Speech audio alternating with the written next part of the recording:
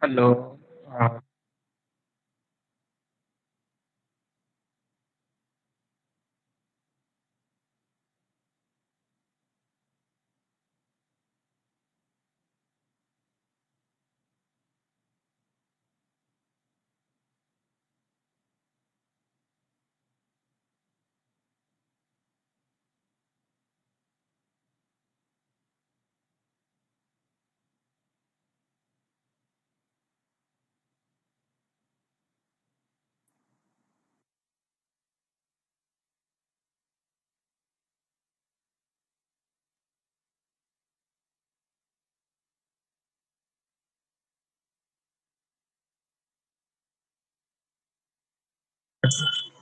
someone uh,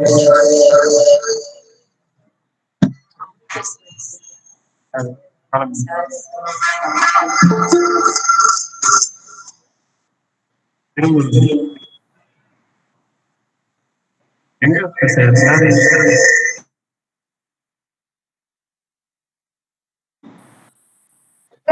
Finish ஆரம்பிச்சலாம்னா வளர்த்தாங்க ஆரம்பிச்சிடலாம் testing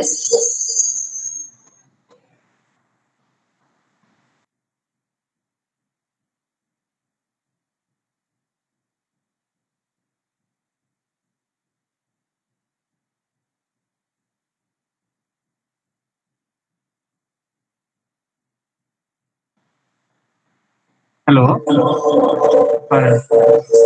அது நெட் லாக் அவுட் பண்ணுங்க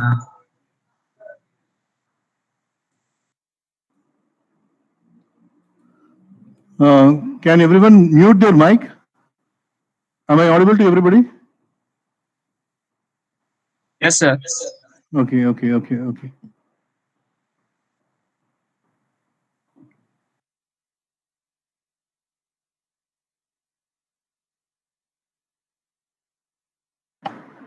Good afternoon, everybody. I welcome everybody on behalf of Puducherry Climate Change Cell.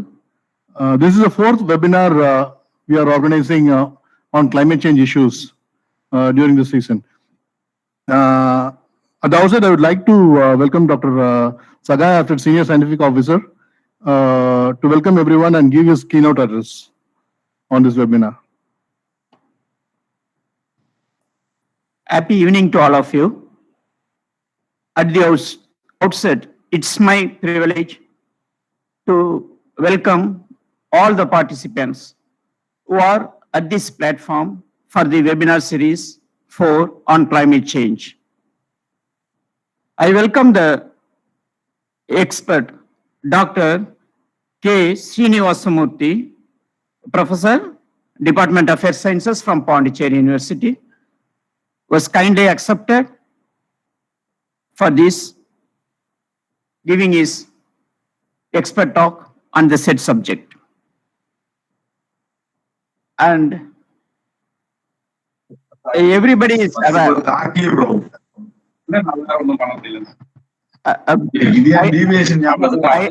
I request each and every one of the participants to mute your mic, please, as well as close your video for easy flow of data.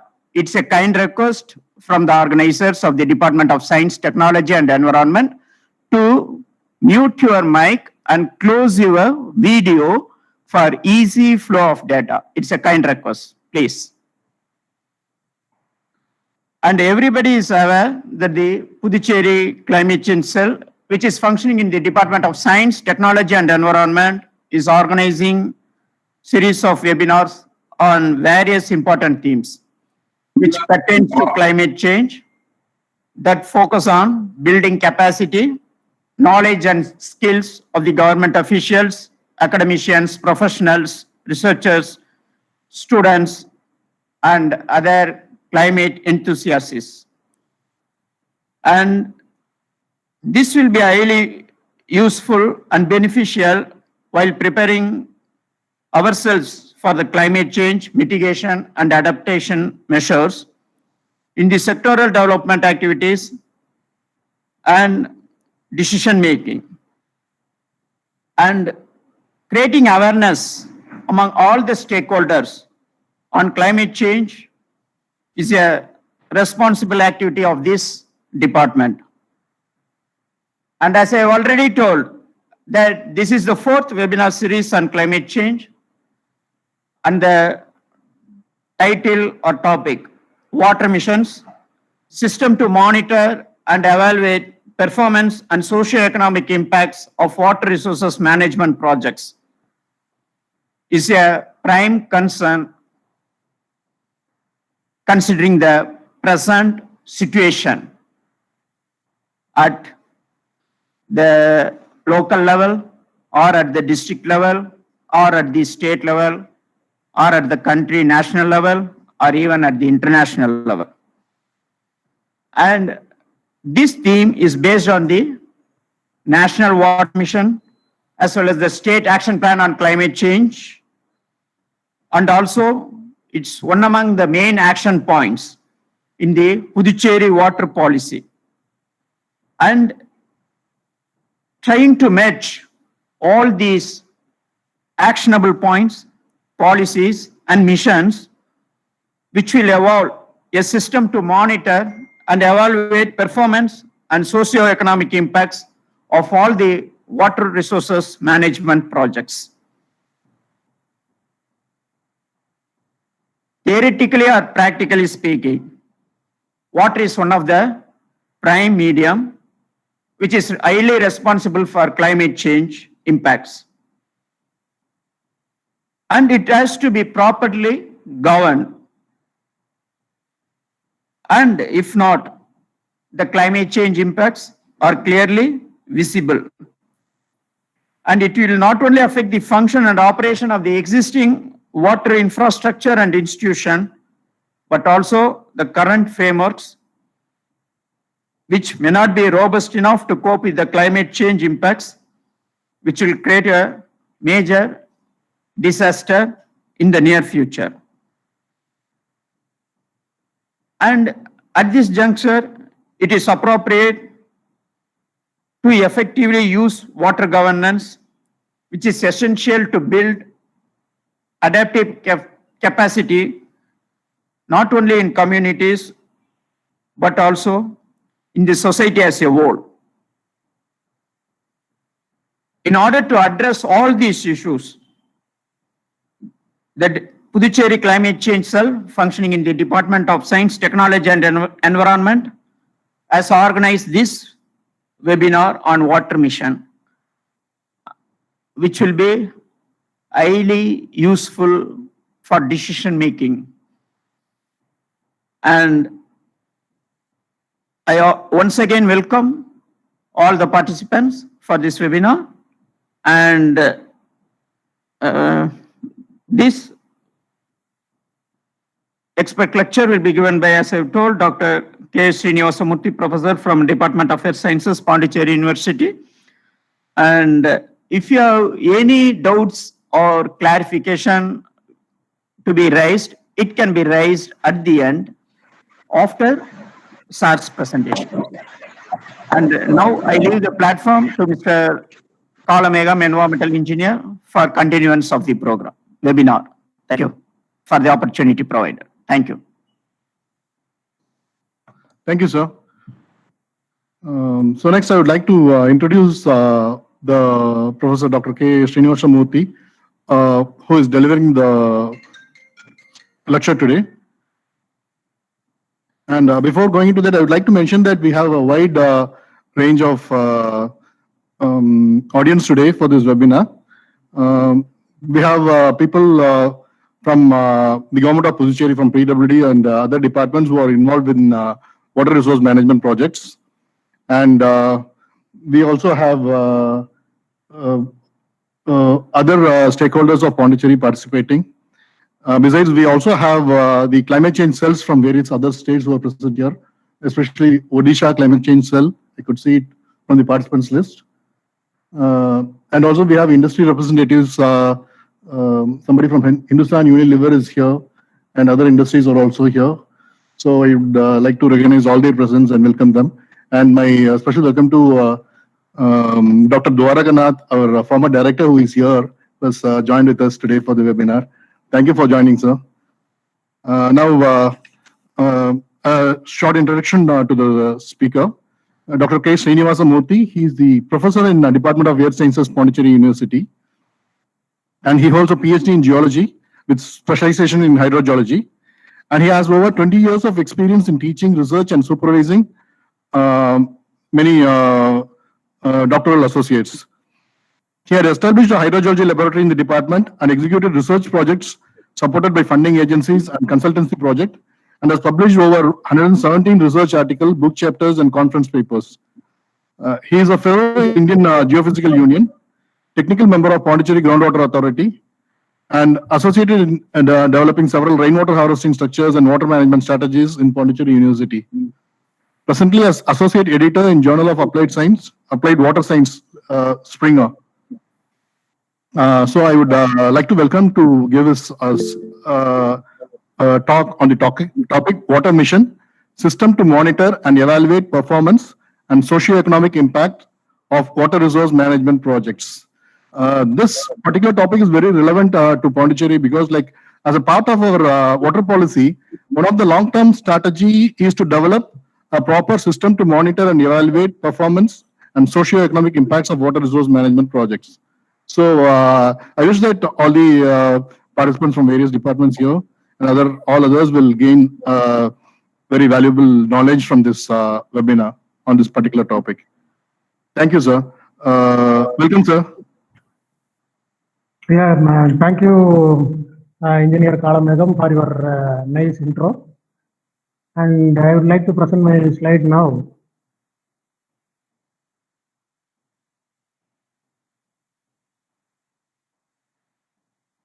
Now is my slide visible to you people?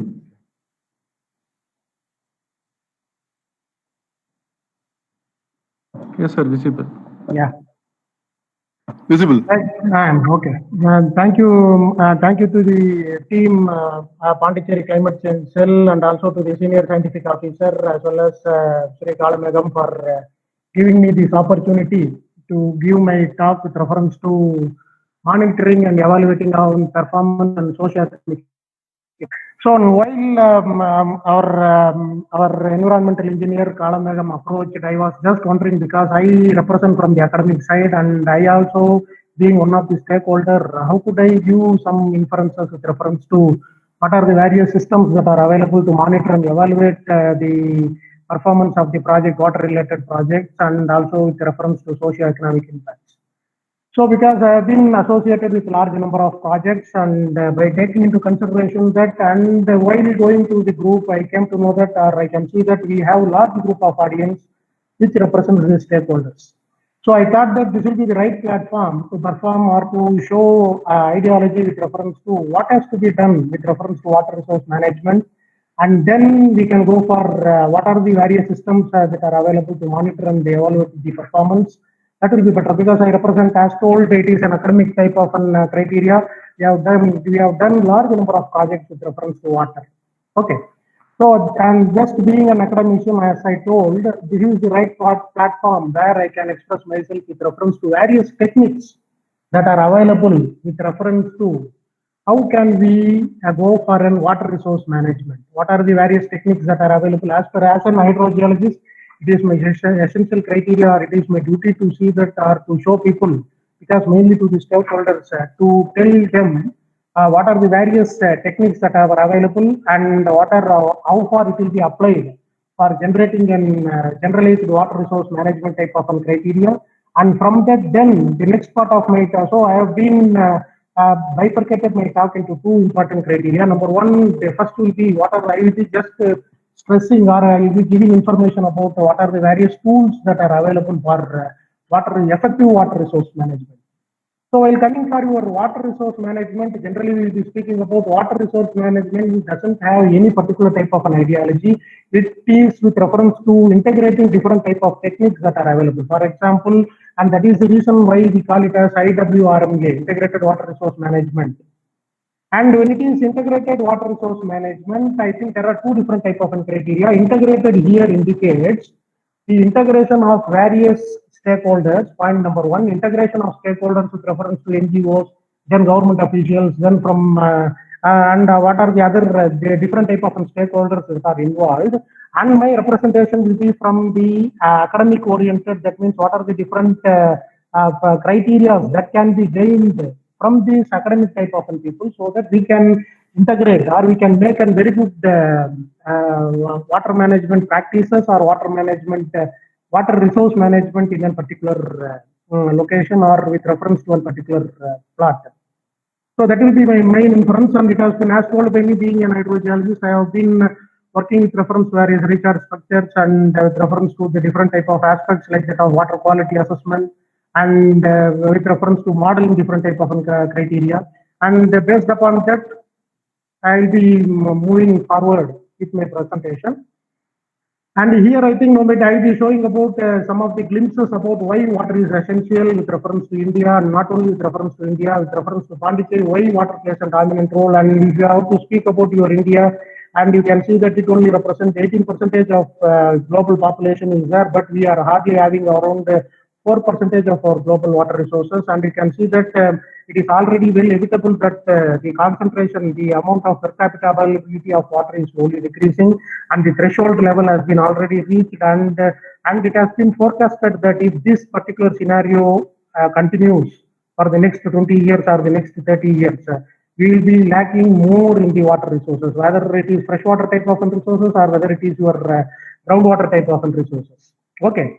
So now it is when it is coming for our India, and we can see that the government has come with our Indian government, not only our Indian government, our Pondicherry government have come with very good measures to see that the quantum of water available in a particular location, geographical type of location, or your basinal type of location, whatever may be the type of location, we are giving more significance to increase the water concentration, or to quantify the water, or to come to a conclusion regarding what is the quantity of water present in a particular region. And when it is integrated water resource management, we have to stress more on, and one single particular criteria is the quantum of water that we are giving to the natural public, or we are giving to the stakeholders, that is given or that is taken by the stakeholder should be pollution free, it should not be contaminated, and it should be environmental friendly, user friendly, and it should not be having any contaminants already present in it. That is the main choice of your integrated water resource management. By considering that particular criteria, we can see that all our, for example, if you take our Pondicherry region, we have already with reference to that Jal Shakti mission, we have already initiated with reference to going for rejuvenating the different type of ponds available in Pondicherry, rejuvenation of ponds. And then about the different type of going for rainwater harvesting type of structures, it has been already initiated. And this initiation, when it comes under integrated water resource management, it should be integrated with, it is not only possible, or it is not only essential, so that by having a particular type of a technique, it should be, we can come with a conclusion, or we can tell that, yeah, the water level in this particular region are increased or decreased. It should be made in a composite manner. It should be made in an integrated manner, not rather than using water level as an indicator. Rather, some other techniques that are available with we people, hydrogeologists, can be incorporated together, so that we build the nation, or we build our Pondicherry with water surplus type of criteria. That is the main intention of this particular lecture. And along with where I will be giving some suggestion as per my point of view. I will be giving some inferences or suggestions with reference to how to monitor the system with reference to water management. Right. So when you are coming for the water security status, I think greater inferences, this is for the other stakeholders, those who are highly having a greater idea with reference to water or water budgeting, that may simply see that it will be an essential criteria for our stakeholders, those who are very new to the field, but they are highly interested that something has to be done to our native or to that particular native. Okay. So by considering that, you can see that our, we call it as a water balance, national water balance. What is the significance of the water balance? Water balance will give us information regarding what is the quantum of water that will enter inside the system, and what will be the quantum of water that will be present in the system, and what will be the quantum of water that will be taken out, or it is withdrawn, or it is flowing as a discharge out of an storage area. We call it as a storage area. Okay. So if that is the criteria, you can see that we are having two different type of water bodies. One is what we call it as our surface water bodies, and number two is what we call it as the second important criteria is your groundwater body. So there is water balance for surface water bodies, and there is water balance for your groundwater type of criteria. So we call it, we incorporate that with that of water cycle. We incorporate that with that of water cycle. That means by precipitation is the only source by which we get water on the earth surface. And from the precipitation, we have different type of flow. For example, we have surface flow, we have interflow, and then we have base flow with reference to surface water. So the surface water resources present in a particular region will give, or it will inherit, or it will play a major role with reference to that of your groundwater. So based upon the various inflows and your outflows, we go for water demand. What is the water demand? So what is the amount of water that is utilized for as of now, being by considering the total population now, and by considering the total amount of industries that are involved that extract the water, and they mainly based on the basis of the agricultural utility of water, surface water or your groundwater. So based upon that, we calculate the water demand, what is the water availability, what is the water demand, and then we come for per capita availability of our water resources. This is with reference, this is what we call it as your national water balance, and what are the criteria that will be considered when you are going for national water balance. It is nothing but your hydrological cycle. We take into consideration the amount of input and the amount of output. Okay. And since it is climate change, and rather than you can see that whenever being in coastal region or the inland part of our India, we can see that we are being influenced by vagaries in monsoon, what we call it as vagaries in the monsoon in the sense, and the vagaries in the monsoons have been linked with that of your climate change activities, where you can see that surplus flow or deficit flow will be accumulating, or it will be characterized to the different type of cycle, year cycle. For example, if you take for a particular year, we are having surplus flow. When surplus flow is there, surplus water is there, when surplus precipitation is there, then automatically what happens? It will hinder the hydrological system. It will hinder your hydrological system. That surface flow water or the surface, what we call it as your precipitated water, when it is in surplus, automatically your surface flow will be higher. When my surface flow is higher, then automatically there is less chance for groundwater infiltration so that it reaches the aquifer. Then automatically it alters the soil moisture. Why? Because due to sudden downpour, what happens? Your soil moisture zone gets completely filled with water. So it stops the further restriction or migration of your water, so that your subsequent groundwater recharge will be not taking place in that particular region. Okay. And that is with reference. And at the same instance, during the next consecutive year, you can see that there will be lower precipitation. So when during that lower precipitation, what happens? The amount of groundwater that has been tapped or that is available are being extracted, because we don't have, because we are rainfed rivers. We don't have water in the surface water bodies. We don't have water in river. So automatically we have to depend more on groundwater resource. And by thus, you can see that climate is slowly altering our water scenario. Water scenario in the sense with reference to your groundwater or with reference to our surface water. And as told by me, yes, the climate change impact is very well felt in your groundwater, where we can see that when you have your surplus flow, what we call it as surface flow, then it indicates that influences your interflow, and that also influences your base flow. So hence, climate change impact on groundwater has also been taken into consideration. So there should be a balance between when and all we are having surplus flow, there should be chances, or we should see that the surplus flow water is being tapped, and the tapped water is subsequently enough, or it has to be seen that it recharges the aquifers. It recharges the aquifers. So here, when we come with reference to the aquifer, I'll discuss about that in a very detailed manner in the next coming slides. So this is about the climate change impact on our system, or on our with reference to your groundwater. Then recently there has been a gloom, or researchers are being concentrating more on E-flow. E-flow is what we call it as your environmental flow of your rivers. Okay. And here just I have given the definition, so I think it will be easily understood by the other your stakeholder groups like that of the NGO people. So it is E-flow is defined as the quantity and timing and quality of freshwater flows and level. What is known as an E-flow? What is the significance of your E-flow? E-flow plays a major role when it is in river basin. And you can see that when surplus precipitation is taking place, when excess precipitation is taking place, surplus amount of water will be flowing in the river basin. So when it is on river basin, we can see that we hardly have three or four, we have numerous amount of surface structures that restricts the flow of water. The main purpose of restricting the flow of water is to see that we are making the water to stand there and to restrict that further flow of water along the downstream is restricted and to see that subsequent recharge is taking place. But it has been isolated and I think it has been found that altering the E-flow or altering the E-flow with reference to building check dams or with having great water reservoirs. So it has a great influence on the human as well as also it has greater impact on the aquatic environment that are confined to the downstream part of the river. I am speaking with reference to the downstream part of your river basin.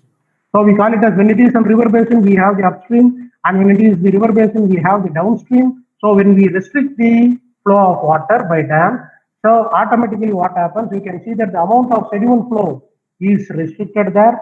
So if the amount of sediment flow, we should see that it reaches the end point of the river, what we call it as the estuaries. So what happens when we have surplus flow of water, we suddenly open that particular slice or our dam so that we can see that a sudden increase of water flow will be taking place there. So that sudden impact, that sudden flow of water will have an innumerable impact. So that is what we call it as, well, it will be more vulnerable to the human beings and the aquatic species, so that each and every aquatic species will be having its own time for its spawning period. So that will be greatly influenced. So this E-flow is a new environmental concept which has been adopted by countries like that of Australia. So what we have to do, we have to see that the flow of water in the river is constant throughout the season, and it has been suggested that 10% of the flow of water during the excess flow. For example, if you take excess precipitation, when the river is fully flowing, or it has been reached the topmost portion of the river, what we call it as the berm region, or the topmost portion of the water level. So you can see that during the non-rainy season, it should be taken into consideration that at least 10% of the flow should be made available in the river basin, so that it carries some amount of suspended sediments, and so that the ending point of the river, what we call it as your estuaries, plays a dominant role, so that the amount of sedimentation or the river flow is not being restricted. It has been taken place in India. They have done for Ganges, they have done for Kaveri, and it is slowly coming to our part, because as per Pondicherry is concerned, we are having two major river flows. One is our Sankarabarni river, and the other, since we are having two different type of river, we have to take into consideration this E-flow, where we have to assure that the subsequent amount of sedimentation, without any disturbance, it reaches the estuarine point of the river. This is one particular aspect. And when coming for the water management, I think we have to speak, or we have to give more significance to this, and that is what we call it as integrated water resource management. And in integrated, there are two different type of criteria that has to be discussed. Is enabling the environment, then the next is your institutional arrangement, and the third is your management practices, or the third what we call it as your management type of criteria. So it should incorporate all the stakeholders together, so that we are building a strong foundation, so that water resource management in a particular region is unaffected or it is being unaltered. For that, what is required? I told there are two different type of instances. One is the water demand and the other is water availability, which we have a very good status with reference to India. Not only with reference to India, we have with reference to Pondicherry also. We know this quantum of water available, surface water, as well as your groundwater, as well as your the quantum of water available is already known to our people, or it is already known to us people. So in this criteria, what is the purpose of the water management projects? It has to be monitored. We have to monitor. So near monitoring and after monitoring, then we have to go to the next step, what we call it as modeling. And then after modeling, we have to come to forecast. Then after forecasting, then it should become whether it is basin type or whether it is reservoir type, or we have to go for warning type of. And the same instance is available for water availability. So when it is based upon the water availability, we have to give more significance to monitoring the water availability. then modeling the water availability, then forecasting the water availability. At the same instance, at the other side, the water demand should be monitored, the water demand should be modeled, and the water demand should be forecasted. With this, we require integrated water resource management. Integrated here, I am stressing once again, it is not with reference to involving all the stakeholders. It is with reference to adopting 2 or 3 different type of techniques, what we call it as proxy, multi-proxy type of an approach is very much essential for integrated water management, because our main primary aim is that we have to give a pure water without any hindrance. That means the quality of the water should be drinkable. It should not contain any E. coli type of bacteria. It should be very pure from contamination. That is the pure aim. And by considering that pure aim, we should take into consideration the availability, whether it is surplusly available, and we have to take into the consideration our water demand. So when it is water demand, when it is water availability, it should be by applying multi-proxy approaches. Why? What is the need for multi-proxy approaches? Because I have to stress here the significance of multi-proxy approaches. Why? Because, for example, if we are going for rainwater harvesting structures, so rainwater harvesting structures, it will be confined to shallow aquifers, or if you are having a deep bore type of recharge, it will be going to your deeper aquifers. So prior rainwater harvesting, what was the status of surface water, the velocity of your surface water, what was the status of your groundwater, the velocity of your groundwater has to be studied in detail, and after a subsequent amendment of our rainwater harvesting structures, we should study the system in a more detailed manner after the amendment of this water resource, or after the amendment of our rainwater harvesting structure, or by cleaning the pond, or by deepening the ponds, or by seeing that the surplus water, your rainfed tanks or your system tanks get subsequent amount of water. After that, we have to take a study which should infer that, yes, because of this particular rainwater harvesting structure, the water table has been increased.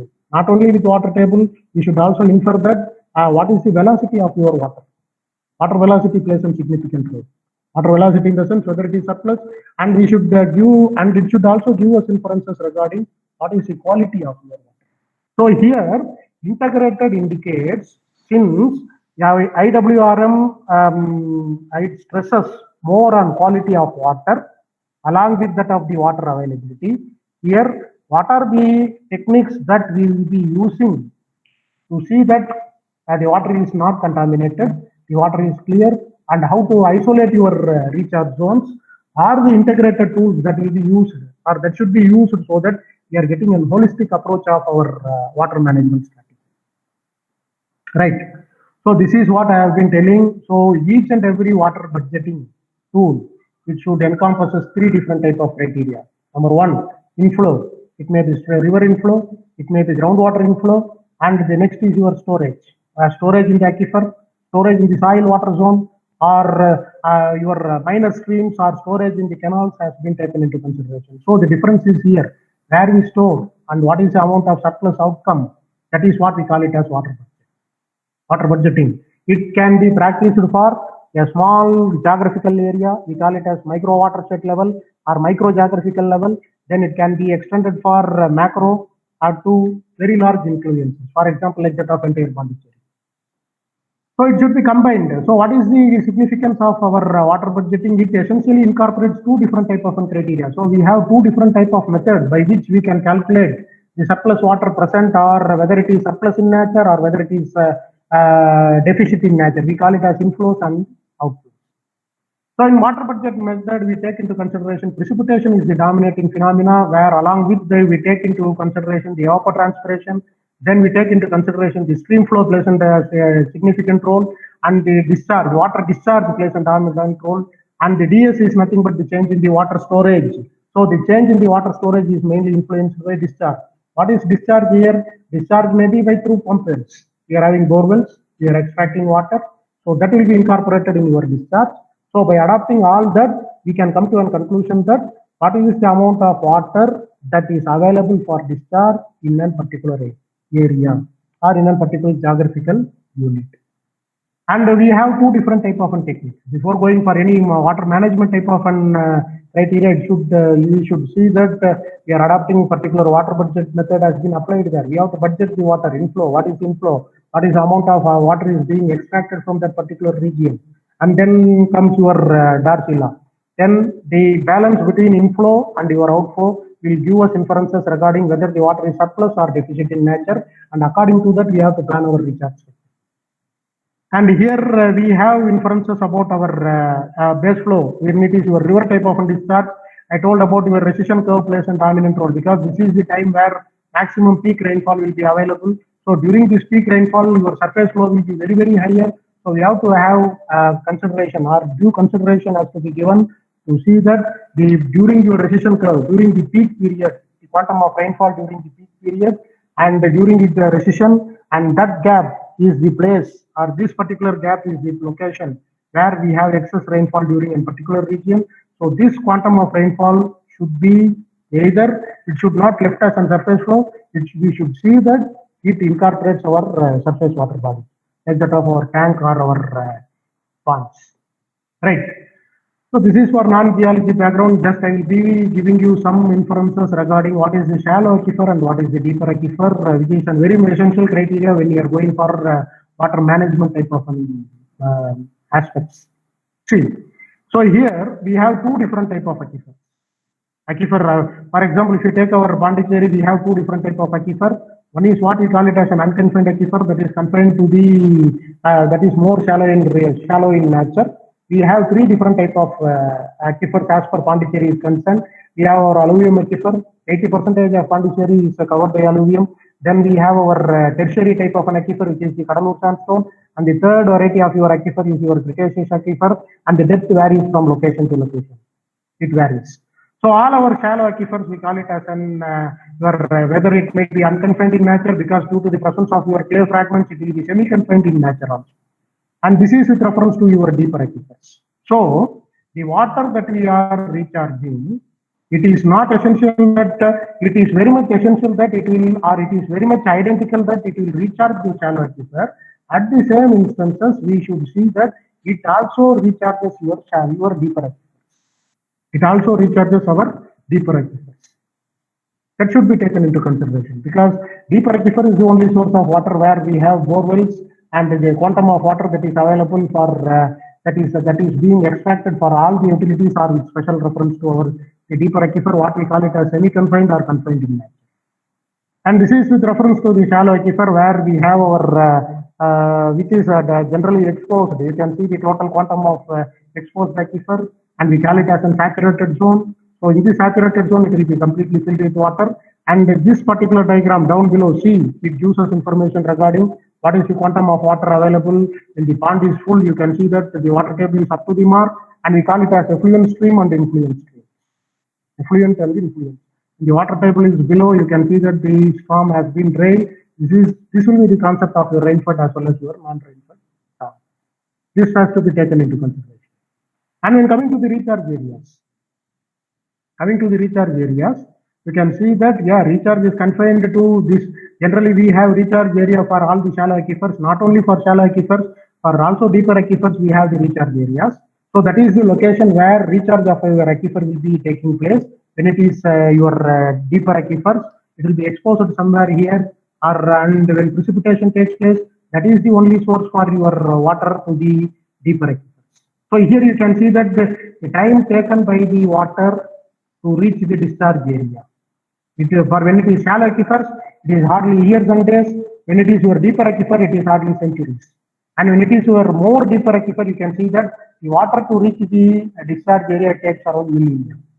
And what is the link between your centuries or your days or your millennia? It depends upon, we can infer from the water quality. It can be well inferred from your water quality. Because all your shallow recharged water will have a higher concentration of bicarbonate. Whereas at the same instance, the water that is available in the deeper aquifer, which is in contact with that of the aquifer, it will have more chloride concentration.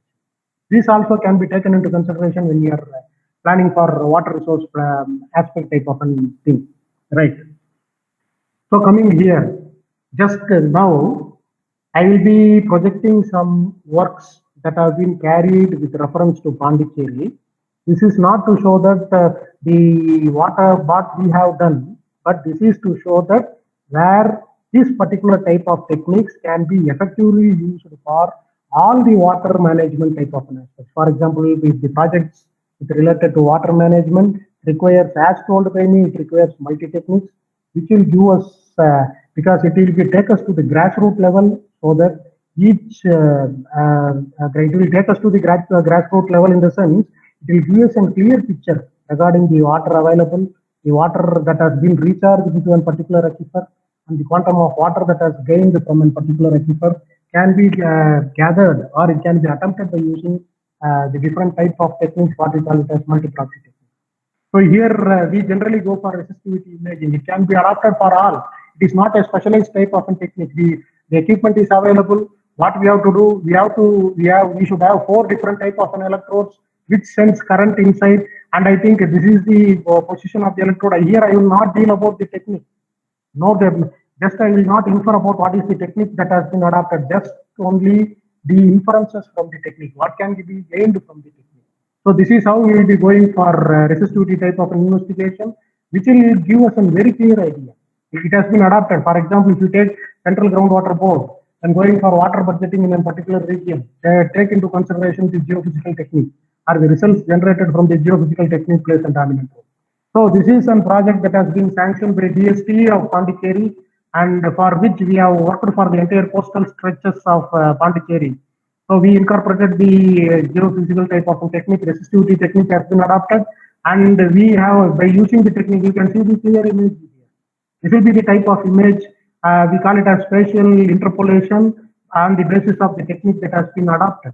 So so it has been demarcated. We have demarcated the saline intrusion. How can we, based upon the resistivity investigation, if the resistivity value is lower than so and so, it can be inferred that this particular region is influenced by saline water intrusion. It can be used for the coastal region. Not only for coastal region, if it is inland, in the recharge area, we can go for geophysical technique. It will not only give us idea with reference to whether saline water intrusion has taken place or not, it will also give us information like that of the thickness of the topsoil, the availability of your shallow aquifer or your deeper aquifer, and it will also give us inferences regarding the hydraulic conductivity of your aquifers. It can be calculated. The transmissivity of the aquifer can be calculated. The specific storage of the aquifer can be calculated. So this is what we have attempted in Pondicherry, and you can see that geophysical technique will give us a very good indicator. It can be incorporated in water resource management, where we can clearly demarcate this is saline water in nature and this is more fresh in nature, and we can also tell the extent to which this saline water intrusion has been taken place based upon the variation in the resistivity values. So this particular technique can be incorporated.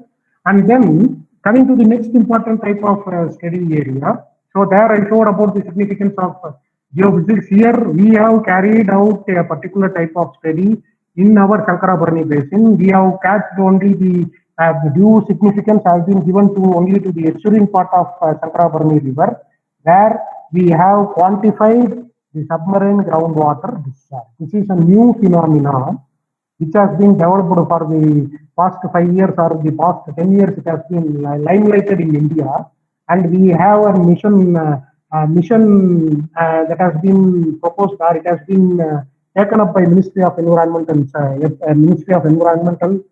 Earth Science, sorry, not Environmental, Ministry of Earth Science, and some specific group of people have been called for to know the quantum of discharge, freshwater discharge taking place along the coastal region. You might be wondering, sir, being in a coastal region, we speak about 2 different type of criteria. One is surplus availability of water. The next is the deficit in water, and the third aspect is about the quality of water. Quality of water in the sense whether it is being intruded by saline water or it is not being intruded by saline water. But they have isolated that discharge, submarine discharge of groundwater is taking place along both the east as well as your west coast of India, and a mission has been framed for that, for which we take the southernmost part of our India. That means starting from Kadalur up to a particular Mandapam, we are concentrating to signify the discharge. This is what we call it as discharge.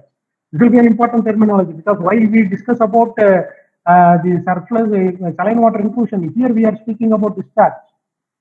So what makes this discharge? It is confined to the entire coastal stretch. We don't know that when surplus precipitation is taking place or in absence of precipitation, without knowingly or unknowingly, based upon the gradation of your aquifer, quantum of waters are left discharged to the oceans.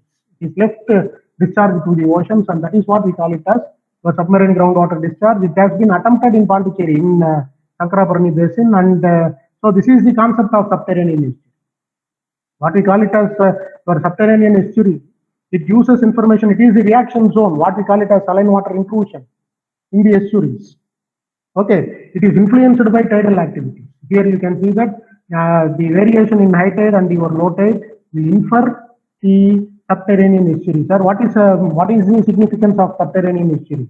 It's nothing but the sea water that comes and mixes with that of the water, your groundwater that is present in an aquifer, and the zone where mixing takes place is what we call it as estuary, and it is a river basin.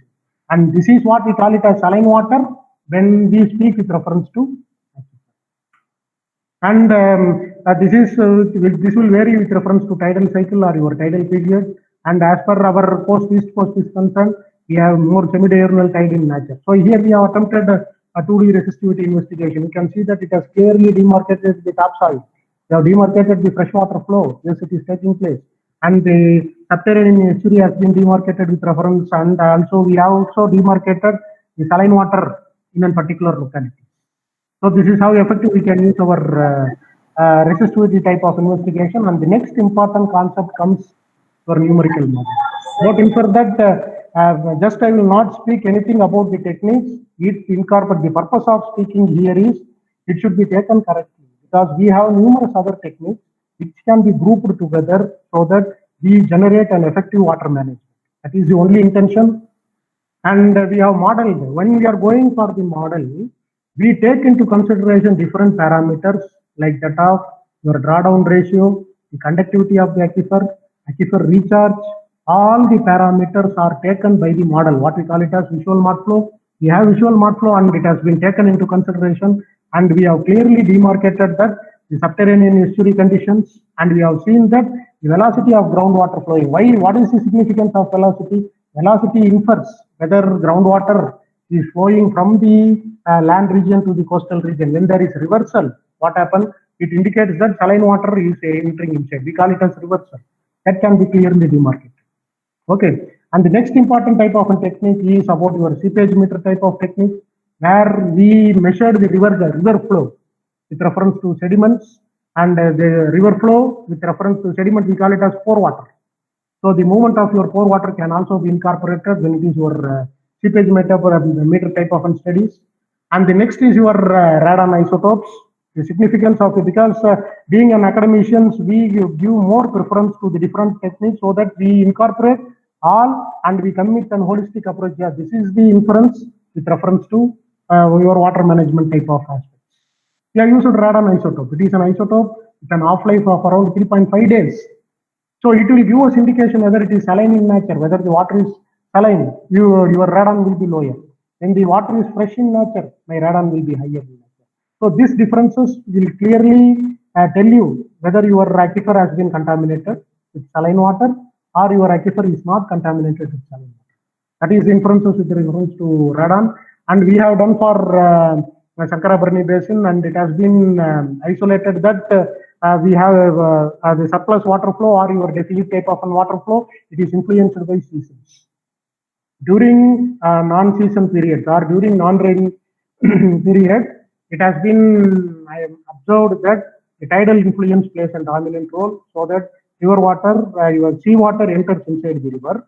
At the same instance, it has been noted that during the non-rainy, during the rainy periods, during your northeast monsoon or your southwest monsoon, we have isolated that fresh discharge of water is taking place from Sankarabarani River to the ocean region. So this will give us inferences.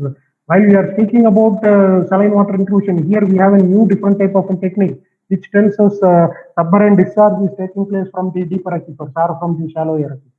If you restrict that, or if you see that where the discharge is being taking place If we isolate that particular localities, or if we have plans, water management plan, so that we can use that discharging water, it will be of greater. And that is the reason why we have in Palar, they have constructed one dam, or a brick wall has been constructed to restrict the entry of seawater and to restrict the flow of fresh water from the continent to the oceans.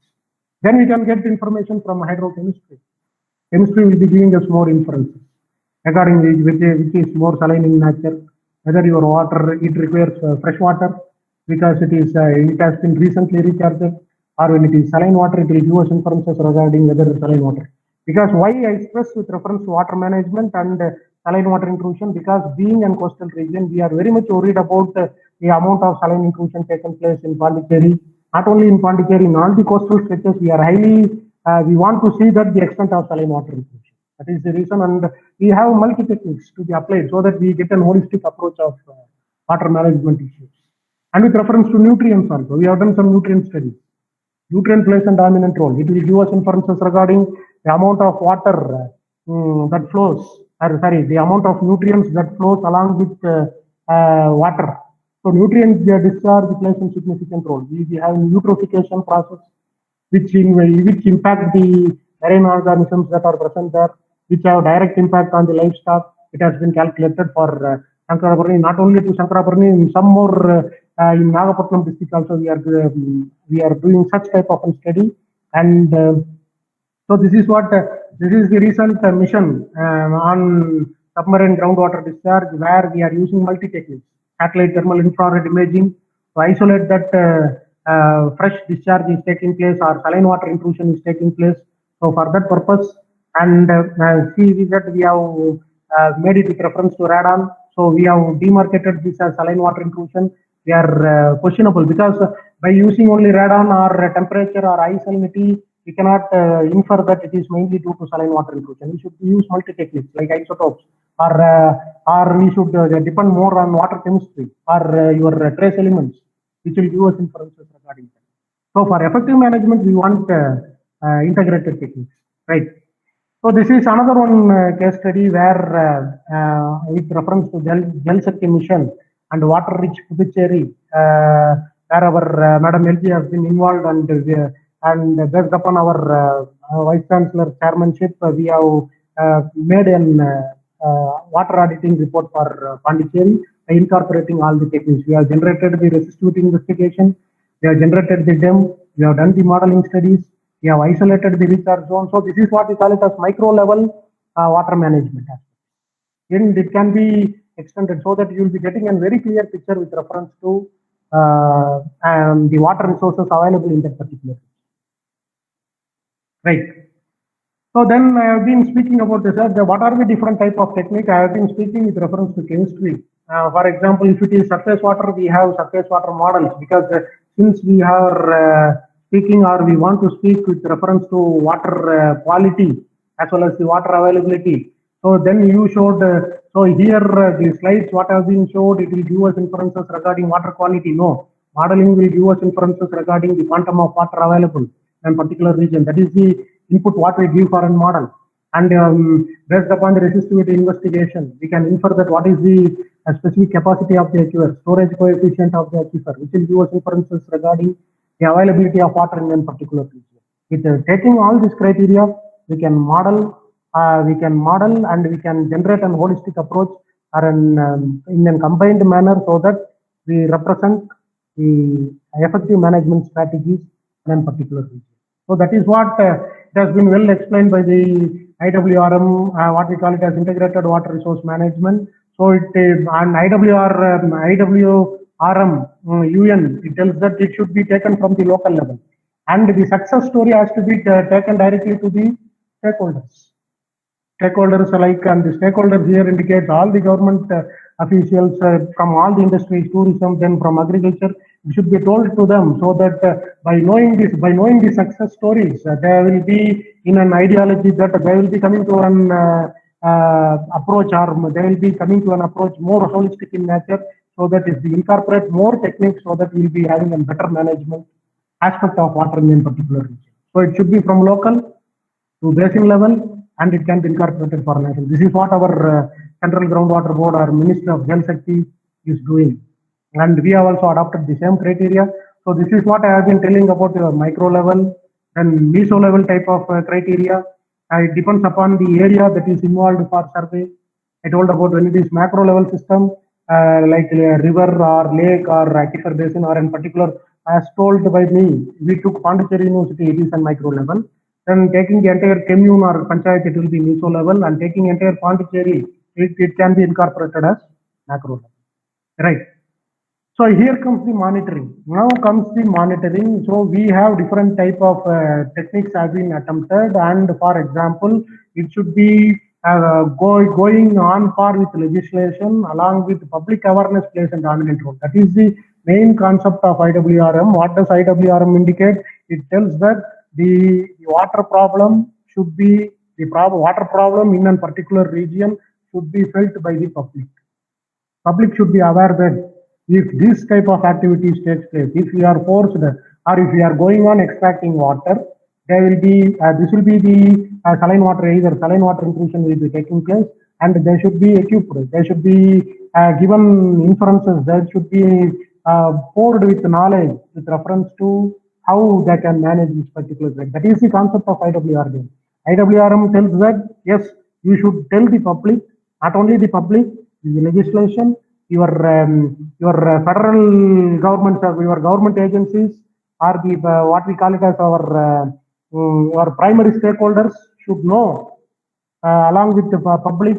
The mere public is the end user. He is the end user. We should know what and all the techniques that have been adopted, so that we are coming into a conclusion that whether saline water intrusion has occurred or it will not happen. So we want to study in this region. These are the techniques that we are going to apply, so that it will be definitely improving your water quality. If there it has been told that IWRM it tells that public should have awareness. And with reference to the monitoring cycle, it was because we speak with reference to projects. We have a lot number of projects which has been completed, and with reference to Pondicherry, we can see that lot number of projects have been completed.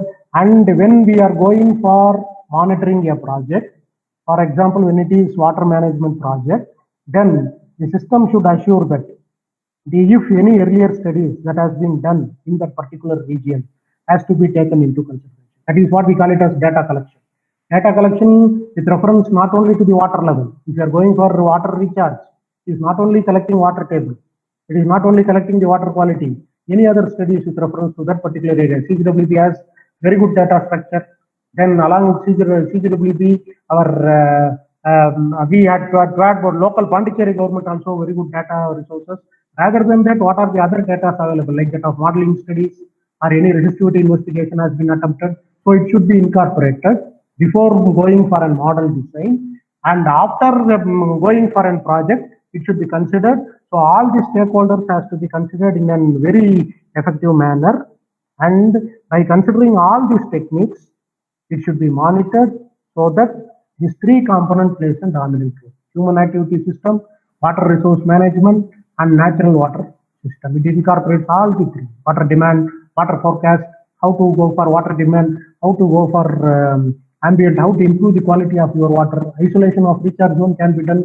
If it is done, how to improve the water efficiency there, how to tap your rainwater there, how it can be tapped, what are the various effective means it can be tapped. On consultation with our academicians, the government officials can definitely come with a holistic approach or good platform or a good ideology can be generated, and that is what our Pondicherry government is also doing. And that is what I told, that I have been incorporated with, I have been associated with Pondicherry Water Resource. And so when coming for monitoring and evaluation, water management project, if it is water management project, it involves two criteria. One, the water should be made available to all the general public. Even the last person in that particular locality should we should have a good water, we should have good quality water. That is the main implementation, that is the main ideology of the project. So while going for monitoring, we should monitor that, or we should monitor that effective data sets has been generated, that have been already available with the stakeholders or with the academicians or with the government. It should be incorporated together so that while going for evaluation will be done in first phase or your second phase or in the third phase. So at each and every evaluation phase, you should see that the actions that are the aim and objective of that particular project have been met by considering all the data sets that are available from different institutions, not only education institutions, even government has a very good data set for with reference to different well availability data is available, water level data is available, then pumping abstraction water data is also available from the public.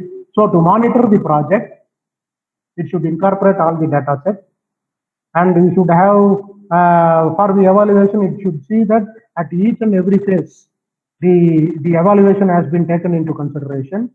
And at a final stage, if you want to implement that particular project, you should see that all the results that have been generated from the project has been effectively utilized for building a strategic framework for our integrated water resource management. So this is the glimpse about, so in monitoring and evaluation, as told by me, it should involve all the, it should be more focused, and all the data collection. And another important criteria is the data that has to be collected, it should be from all the stakeholders that are involved, so that it gives us better information about the project. It gives us better information so that we are more clear that we are moving towards the success. And based upon the sensitivity, to gain more information about the output generated from the projects and how effectively it can be used. So here, who will involve? So another important criteria is where to involve the different stakeholders, where the place where the right location. So in stage 1 it has to be involved, or stage 2 it has to be involved, or stage finally we have to involve the stakeholders. It has been decided based upon the nature of your project. And based upon the relevance or acceptability, it has been, the project should be with different demographic sections or community, and it should give us information regarding what are the policies, what are the demographic space that are available. And the another important criteria is this project, what will be the impact of this particular project on the common man or human life, which should be taken into consideration. And about what are the aims and objective and activities and pathways for effective water resource management is here, and this is being stressed by me for the past 20 or 40 minutes or something like that. So it should be kept as a record.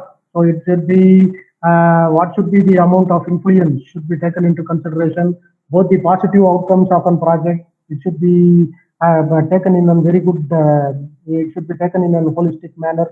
Then analyzing the data sets and communicating the data plays a dominant role. That is what I told. The end user should be given more preference that you see, this was the status of water in your particular region. But due to this particular project, there has been drastic increase in the water level or the quantum of water, and the quality of the water has also been increased. So it should be communicated. It should be communicated to the general public. Right.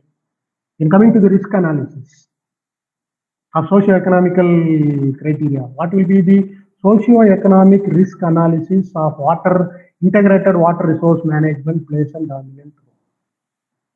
It plays a significant role. What is the socio-economic values? I told about the subterranean estuary. I've been speaking about the subterranean estuary and the quantum of water nutrients that are discharging.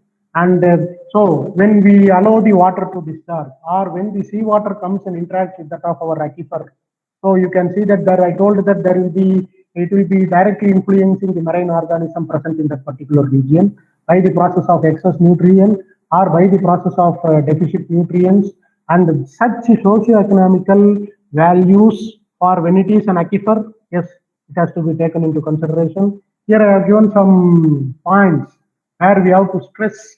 For example, with reference to tourism and recreation, our project should not have any impact over the tourism and its recreation type of an activity. And if there is variation in the water quality, not only it is not due to the influence of your project, you should see that with reference to the socio-economic values, our project, the project that has been implemented or the project that is going on will definitely influence the socio-economic values, where there is great increase in the water values or the quality of your water, and then there is abundant fishing type of an activities to the fishermen. Yes, they are getting their own breed or own type of fishes. It is catchable from the shallower distances. And then about the environmental values and about the indigenous type of value. What is the aquifer conditions there, and what are the cultural connectivity and the other different type of criteria will definitely influence our socio-economic values. When it is rainwater harvesting, yes, it will have the socio-economic value is very high, where we are recharging the aquifers. That recharge will definitely influence the life of the public, not only the public, farmers. I can see that during the past scenarios where subsequent rainwater harvesting was not practiced, the water level will be more shallower in nature. Now, due to the subsequent practice of rainwater harvesting or borewell recharge, or due to the cleaning of our desiltation of ponds, that they will feel that there is definite water level increase in the water level. So this will be the socio-economic values. And there is if a project is implemented in a very particular perfect manner, you can see that definitely your socio-economic value will be more positive in nature when compared with that of the other negative.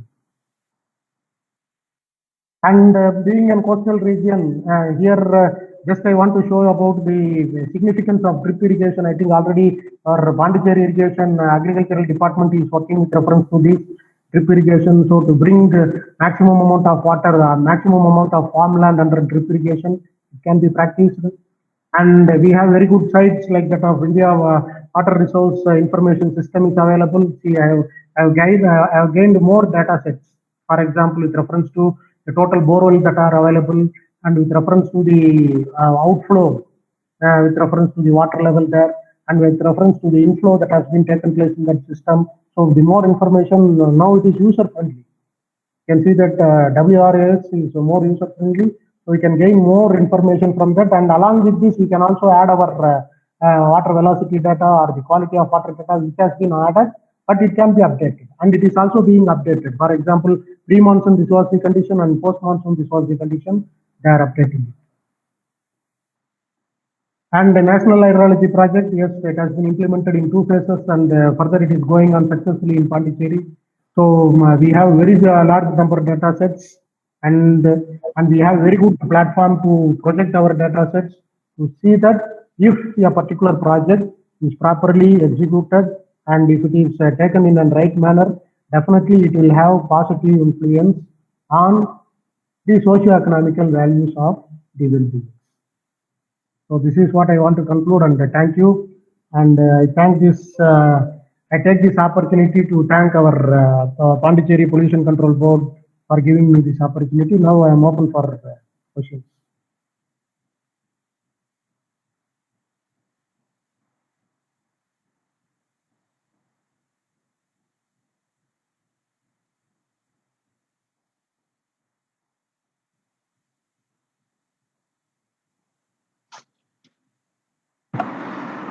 Hello. Thank you, Professor. Sir, Manohar Hydrogen. Yes, sir. Very good presentation, sir. Thank you, sir. Thank you. Very useful to us, sir. Thank you. Thank you, Very sir. good presentation.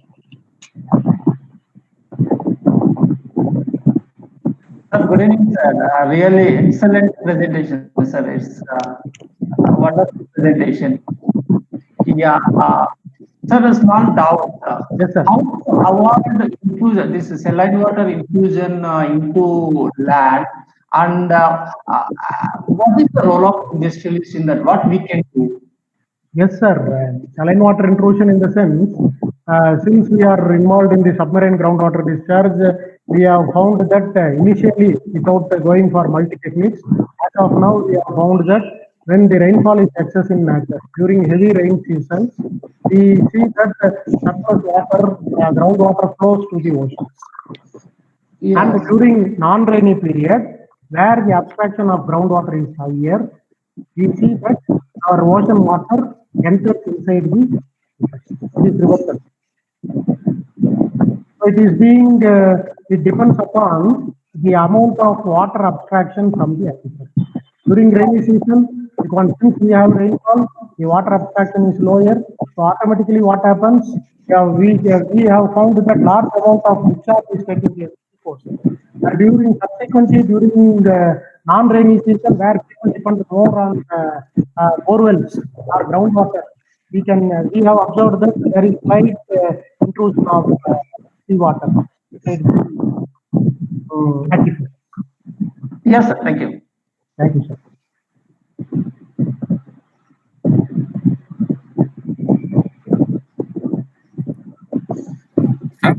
This is Yuvraj, sir, from Ariangupam commune, sir. Yes, sir. You say that there is an impermeable layer between shallow aquifer and confined aquifer. Okay. And you are also suggesting to ensure the water recharged in the deeper aquifers, sir, that Yes, sir. we will take for water. Yes, Can you sir. suggest one simple method to recharge the deep aquifer without contaminating it and quickly? Yes, sir, it can be suggested because the diagram what I showed is an generalized ideology of how the shallow aquifer and the deeper aquifers are being separated. Because generally, I told that aquifer will be confined. Confined in the sense we are having an impermeable layer above. So automatically, what happens if I go for extraction from that particular aquifer, water will be with we call it as artesian aquifer. But generally, when you are coming for Pondicherry, we can see that there is no that much clear demarcation of your active node. What we call it as an impermeable layer. That much amount of thickness is not confined with reference to Pondicherry. Puducherry is semi-confined. Sir. Yes, semi-confined. Yes, sir. Yes, sir. Yes. So the recharge in the deeper aquifer is very difficult to us for here in Pondicherry. Yeah. Only in the outcrop areas only we can recharge. Yeah, that is what I told. We should give more significance to recharge area. Yes, yes, sir. Yes, sir. You say that shallow water don't go into the deeper aquifers, sir? No, sir. Surely it will go, but mainly based upon the water availability on the surface, it will take some more time to go. That is what I showed in the slide. For example, when it is shallow aquifer, the water that is present there will be influenced within 1 year. The water that has been entered the aquifer will be present there. When it is your deeper confined aquifer, because it is present at greater depth, it takes more time for groundwater to percolate. So it will take more time to go. So that is why, rather than going for rainwater harvesting structures, the rejuvenation of pond plays a significant role because water is available there for throughout the season. Since water is available, what will happen? My shallow aquifer will be completely saturated.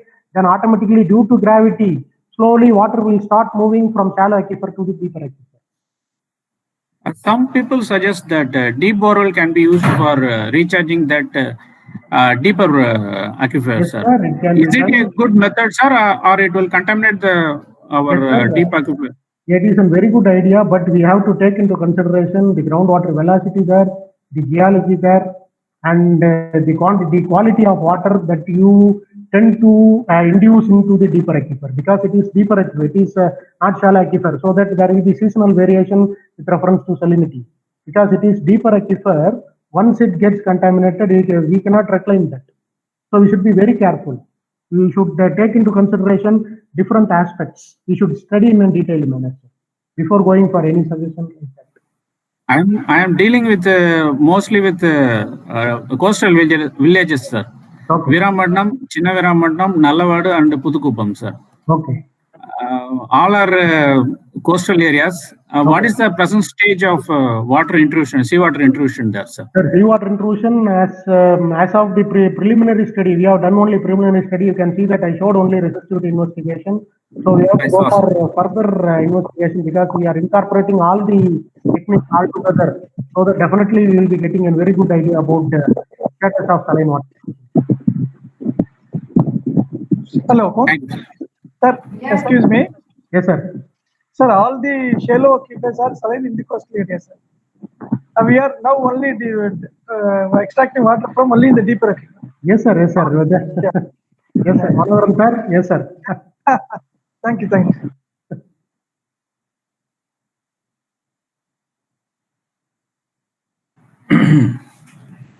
Good evening, Dr. Srinivasamurthy. I am Dr. Dwaraknath.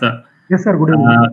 Good presentation. Only thing, the objective of conducting this kind of webinar under this particular Government of India scheme was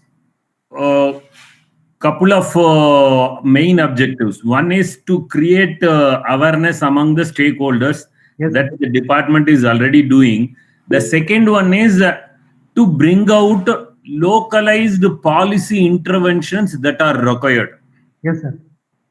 So maybe based on your studies Yes, sir. and experience of data you have accumulated over the years, you can come up with some localized policy initiatives or interventions that are required and give it to our department, which in further they can take it as advisory or directive to the concerned department, Sure, sir. like a PWD or groundwater authority thing, because major policy objective and study related, since the water mission is being handled by Water Resources Ministry, Yes, they will anyhow will be compelling them to do the things. Water Resources Department of Agriculture and PWD for water augmentation projects, all those major things they will take care of during implementation of those schemes and funding by Government of India. Whereas any other policy interventions that are required sector wise, like what should be there for domestic, what should be there for industrial, and what should be for commercial, and what can be the cross-cutting policy intervention for in general, including the water augmentation, water conservation, and also for water management. Yes, sir. If that comes, that will be of a good valuable document which for policy intervention and for giving directives, that will be useful. This is the suggestion. Thank you. Yes, sir. Sure, sir. I will come and I'll go and I'll be in touch with that of the climate, sir. Yes. Thank you. Kalamegam and other colleagues can take it forward regarding this and then come up with some kind of advisories, the sectoral advisories, and they can circulate it to the respective departments. Sure, sir. We'll take it, sir. Anybody else would like to say something? Sir, one question, sir. Yes, yes, Sir, yes. am I audible? Yes, sir. Yes, sir. Yes, please. Sir, I have one question. This is Balaji from Yes, sir. Puducherry. Sir, my question is from a climate change perspective, sir. Recent trends, trends from the past and the projections for the future. They say that rainfall is the only source of water, we know. But this rainfall, the number of rainfall days is going to get reduced in the coming years. But the extreme events, like 1 or 2 days giving a rainfall of 100 centimeters. So that kind of scenario, extreme events is going to increase. So how is this number of rainfall days decreasing and the extreme events increasing going to impact the groundwater recharge, sir? Yeah, Are surely. there any sir. studies been done on that? Yeah, sir. Surely it will definitely influence the shallow aquifer as well as deeper aquifer. That is what I have been telling. If there is sudden downpour, we call it a sudden downpour, so surface flow will be very, very high. So if you have appropriate plan, so during the sudden heavy downpour, so that the surface flow waters are being collected or tapped in the tanks that are available or that we are desilting, it will be an effective criteria where we can manage or we can fight against the climate change scenarios. It should be managed. I told that surface flow will be higher, and if the surface flow that is taking place, it should be seen that it goes and reaches the tank. That is the purpose of having system tanks and non-system tanks. So if the tanks are being desilted and if it are being perfectly connected, and then automatically whatever may be the quantum of rainfall, whether it is scanty in nature or whether it is sudden downpour in nature, so it will influence your groundwater or the aquifer. But when it is tapped by tanks and ponds, definitely I think we can come up with or we can tell that we are fighting against the climate change. Okay, sir. Thank you, sir. Thank you, sir. Thank you.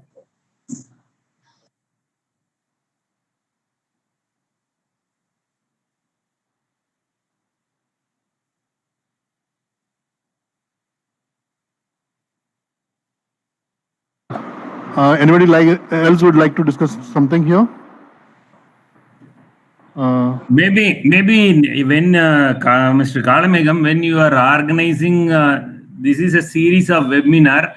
If Yes, sir. Dr. Srinivasamurthy comes up with sectoral recommendations, then a kind of round table can be followed up with this, with Okay. that particular sector only. Because I remember when we formulated the plan also, with UNDP as well as with NABARD, UNDP and also with the NABARD consultants, we were doing sectoral workshops to prepare the plan itself, to understand the background status and the needs. We were doing sectoral workshops. Now the plan is there, and theoretically, and you have done certain studies also.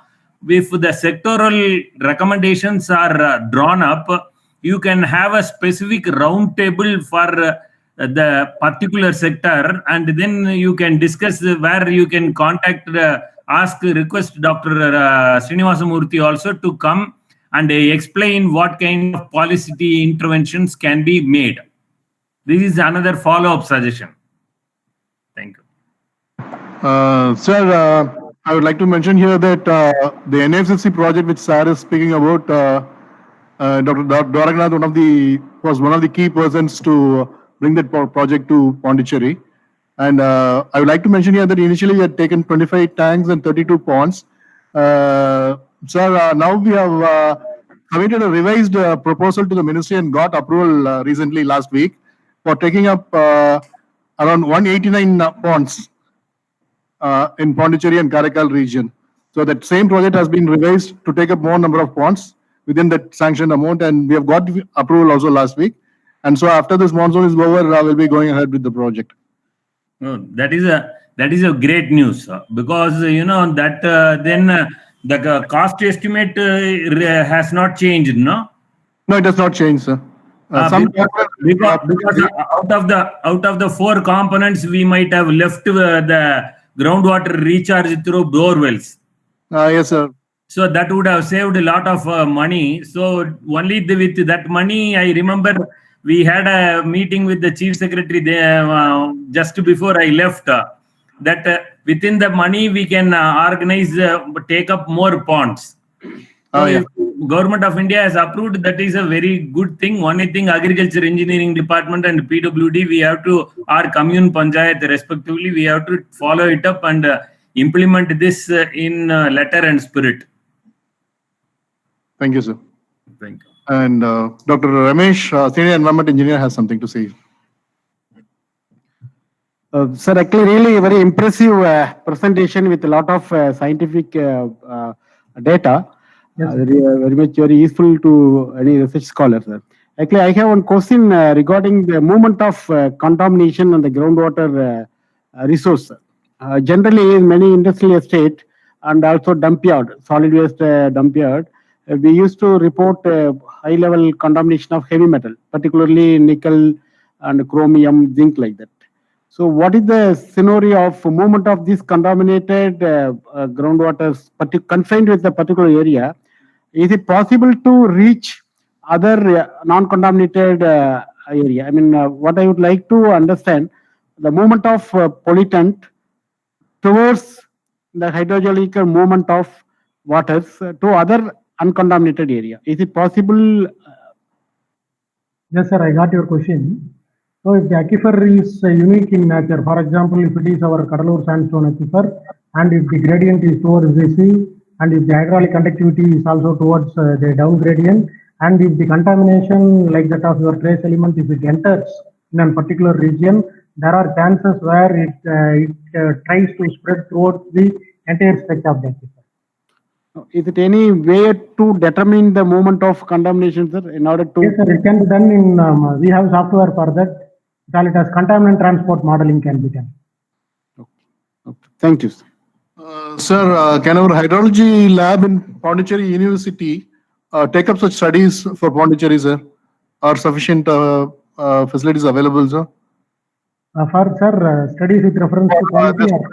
Plume dispersion modeling and kind of Yes, sir, studies? we are attempting for that, sir. Sure, I will let you know, sir.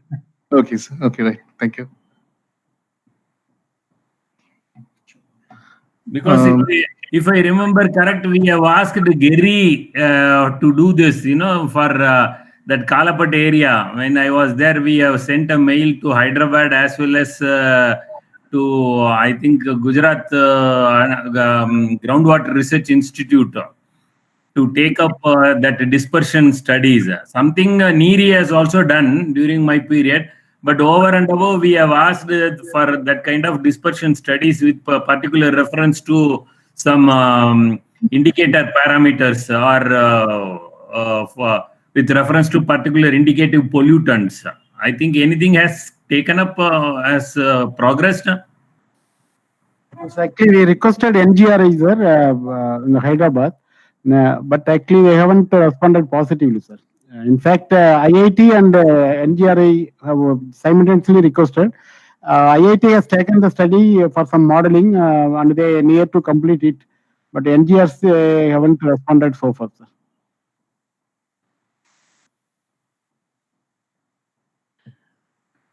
Okay, sir. Sir, finally, one question from my side, sir. In coastal areas, like there is few opinions that putting up rainwater harvesting structures in houses, commercial establishments, which are located very close to the shorelines in the coastal areas, it is not advisable and it's not that beneficial. Is it really true, sir? Yes, sir, it is real because very near to the coastal, to the ocean, and you can, I think you may be knowing that all the aquifers drain completely to the ocean. So if you tap rainwater there, what we are doing, we are tapping the rainwater to the aquifer and based upon the quantum of rainfall that we receive. For example, today is the only day where we had subsequent amount of rainfall and the next day there is no rainfall. Then automatically what happens, there are chances of water to get accumulated in the aquifer. But if there is continuous rain for 3 or 4 days, there are chances where the water that is tapped in the aquifer by rainwater harvesting will significantly move to the ocean. Okay. No, this is what I was telling. Based on the modeling studies of Dr. Srinivasa Murthy, to the extent of to what extent in each different commune panchayat the seawater intrusion is there. Depending upon that, he can indicate till 7 kilometers in this commune panchayat, we should not have rainwater harvesting structures. Something like that with sectoral recommendations can be drawn up. And if you have fund from any of the schemes, you can give a study to them. Or you can consult Agriculture Engineering Department as well as Water Resources Department of PWD, and then can jointly draw up the TOR, and then a small project can be given to the Pondicherry University itself, so that they can come up with that kind of recommendation. Beyond this kilometer, yes, you can mandatorily have rainwater harvesting structures. We'll take it up, sir. Thank you, sir.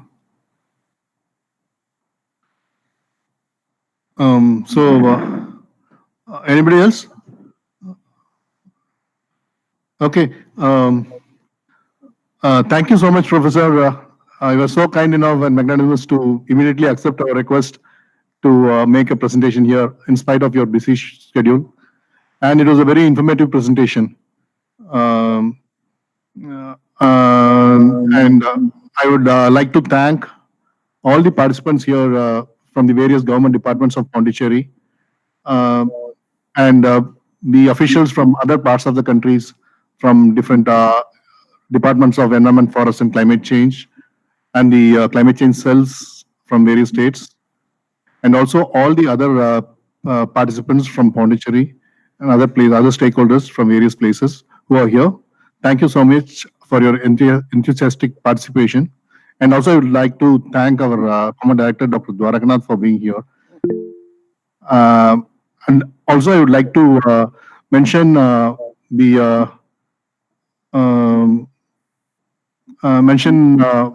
director, who is presently not here, is out due to other official works.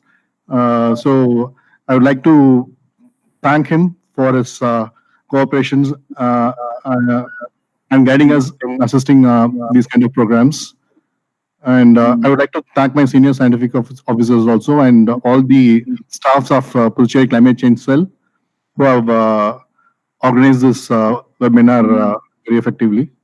Thank you all. Thank you, sir. Thank you for this opportunity.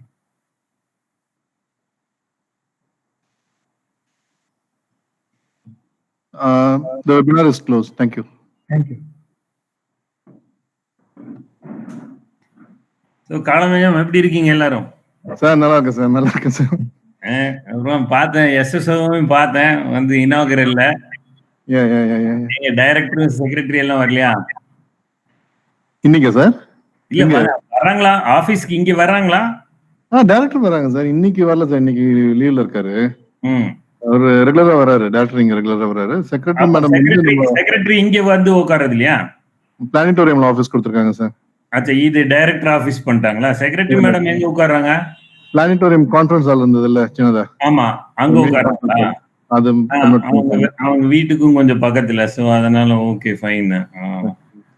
அச்சா, but அவங்க கிட்ட RCS இருக்கா இன்னும்? இல்ல madam, RCS பார்க்கல sir. இப்போ she is only secretary என்வயரன்மெண்ட். அப்போ ஏன்னா எலெக்ஷன் டியூட்டி அவங்களுக்கு போட்டுருக்காங்க இல்லையா? அச்சா, எலெக்ஷன் டியூட்டி இருக்கிறதுனால அங்க ரிலீவ் பண்ணிட்டாங்க.